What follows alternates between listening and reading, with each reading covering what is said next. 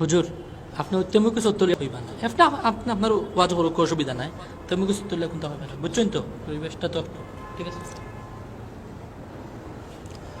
অত্যন্ত দুঃখের বিষয় আমাকে আসার পথে সভাপতি সাহেব ফোন দিছিলেন দিয়ে বলেছেন উনি আমাকে যে আমি তেমুকি চত্বর নিয়ে যাতে কিছু না বলি। এখন আপনারাও দেখলেন আপনাদের সামনে উপস্থাপক উনি এসে আমাকে বলতেছেন তেমুকি চত্বর নিয়ে কিছু না বলার জন্য। আমরা এখানে কোরআন হাদিসের কথা বলতে এসেছি, কোরআন হাদিসের কথা শোনার জন্য এসেছি।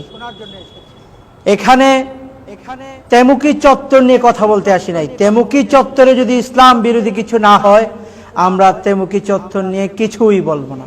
হুজুর আপনারা কইলাম এই ব্যাপারে কিন্তু মাত্তা না আপনি বারবার এই জিনিসটা কইলেন। আপনি থামেন, আপনি থামেন, আমাকে কথা বলতে দেন। আমি এখানে এসেছি কথা বলার জন্য। আমরা তেমুকি চত্বরের বিরুদ্ধে নয়, আমরা তেমুকি চত্বরের বিরোধিতা করি না। তেমুকি চত্বর হোক সেটা আমরা চাই, কিন্তু এই তেমুকি চত্বরে ইসলাম বিরোধী কিছু হলে সেটা আমরা মুসলমান কখনোই সহ্য করতে পারবো না। তেমুকি চত্বরে ইসলাম বিরোধী কিছু হলে সেটা আমরা ভেঙে গুড়িয়ে দিব ইনশাআল্লাহ।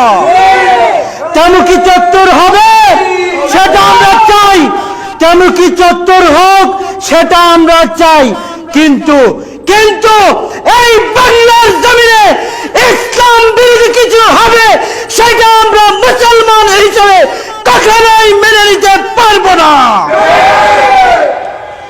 আমি বলতে চাই উপস্থিত মজলিসে কিরাম, আমি আপনাদের কাছে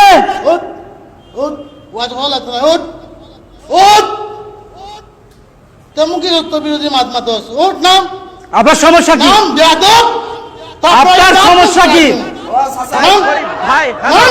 আমি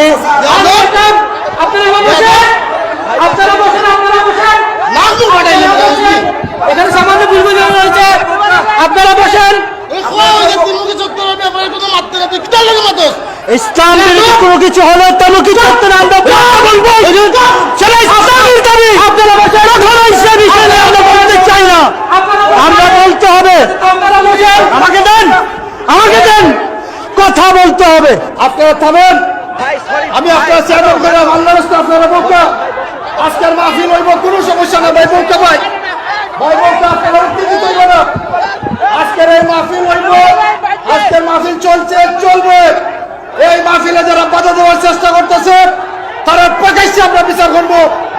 এই বেয়াদব কোন বেয়াদব আজকে এই জালালাবাদী হুজুরকে আমরা ভালোবাসি, আমরা হুজুরে আনছি। এই বেয়াদব তুই হুজুরের সাথে বেয়াদবি করছিস, তুই নামাজ নয়, কালাম নয়, দরিম নয়, তোর সাহস কত? তার মতো বেয়াদব এই প্যান্ডেল আছে কেমনে আমার বুঝাছে না। সভাপতি সাহেব, এই বেয়াদব আজকে প্রকাশ্যে হুজুরের কাছে মাফ চাওয়া লাগবো। এর বিচার প্রকাশ্যে যদি আমরা না করে ভবিষ্যতে আরো বেয়াদবি ঘটনা ঘটবো। আজকে তার এমন শাস্তি দেবো যাতে ভবিষ্যতে হুজুরের বিরুদ্ধে হুজুরের সাথে যাতে আর কেউ কোনোদিন বেয়াদবি না করে।